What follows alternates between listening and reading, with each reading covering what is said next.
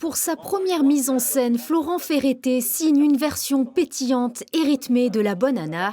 Il orchestre un véritable ballet de portes qui claquent, des mensonges qui s'entremêlent et des quiproquos savoureux. Sur un texte de Camoletti, il anime une énergie moderne fondée sur la complicité entre les comédiens. C'est ma première mise en scène au studio de Monaco. Ça fait 17 ans que je fais du théâtre au studio en tant que comédien. Et je voulais un petit peu ramener une touche de fraîcheur, de jeunesse et surtout une histoire assez drôle, puisque c'est une pièce de boulevard. C'est une pièce qui est collée au texte, qui est millimétrée. Il n'y a pas la place à l'improvisation, malheureusement. C'est tout qui est millimétré, les portes qui claquent, les lumières qui s'éteignent, qui se rallument, les personnes qui rentrent et qui sortent. Ça n'arrête pas, c'est hyper dynamique. Sur scène, les comédiens sont d'un à cœur joie. Le rythme est soutenu, les répliques fusent et chaque geste semble coordonné.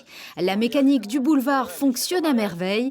Regards complices, malentendus en cascade, entrées et sorties précipitées.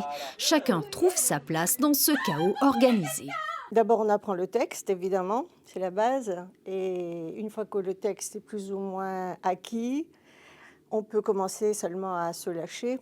Mais auparavant, il y a beaucoup de travail, de mise en scène surtout. Voilà.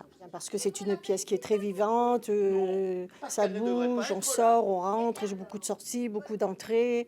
Il faut arriver au bon moment, il faut avoir le bon timing. On n'a pas le droit de se louper, sinon ça devient incohérent. Au final, La Bonne Anna séduit par son rythme endiablé, sa mise en scène précise et le jeu complice de ses comédiens. À découvrir les 28 et 29 novembre prochains au Théâtre des Variétés.